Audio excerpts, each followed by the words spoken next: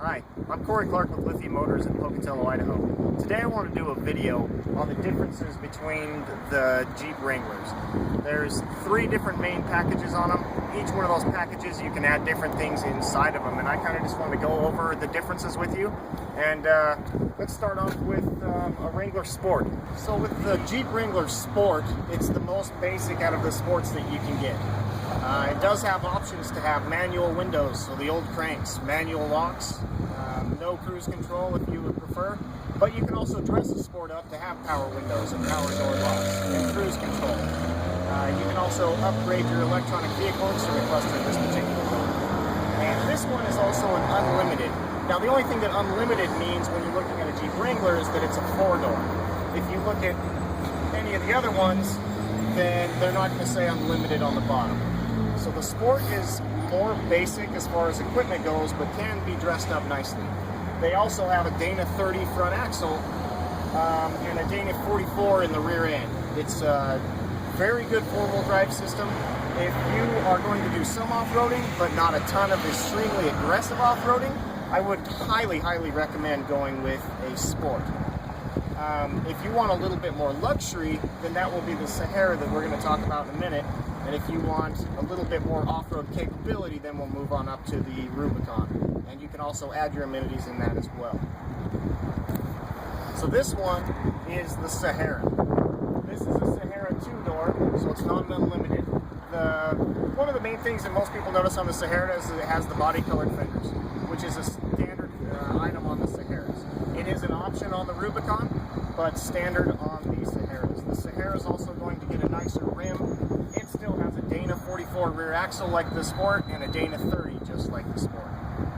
Still has the good 4-wheel drive system. A little bit of an upgrade on the interior. You get nicer seats that are labeled and says Sahara on them. And this particular one also has a body colored hardtop, which you can only get either on a Sahara or a Rubicon. Other than that, very, very similar to what the other vehicle is as far as capability and everything goes. It's just you can get a little more amenities in this. You can add leather to it.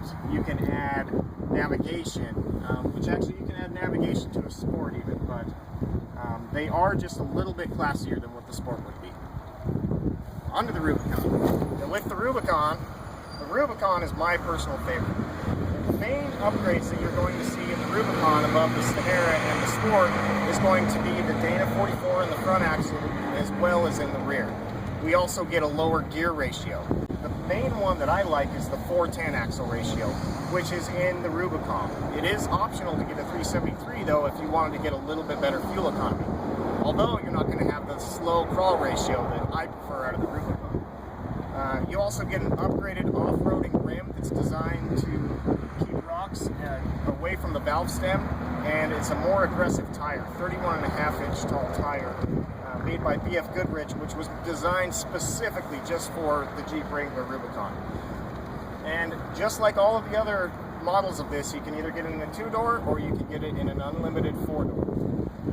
The interior on the Rubicon, on this particular one, has leather, has an upgrade on the sound system and navigation. You can get them with a subwoofer in the back.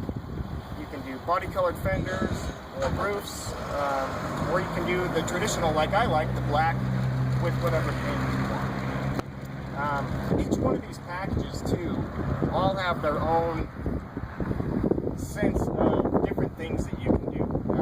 You can add a Dragon package to the Sahara. You can add a Alpine package to the Sahara. You can do a Rubicon X, which would be kind of just some upgrades for appearance and a little upgrade on the bumpers and such. But no matter which Wrangler you pick, there's a right one for you, and I think if you just take one out on the road, pop the top off, throw the doors off, because you can do that on any one of them, maybe on a warmer day. But it's an experience that I think you should just come down and give it a whirl. Corey with Lithium Motors in Pocatello, Idaho. Ask us any questions that you'd like. Thanks. If you want some more specific info on any of these vehicles that we talked about today, the Rubicon, the Sahara, or the Sport, we are going to have some more videos up on each individual one, breaking them down even just a little bit more so you can really get inside of them. We'll go through the entire vehicle. Check out one of our other videos. Subscribe to our page. Thanks for watching.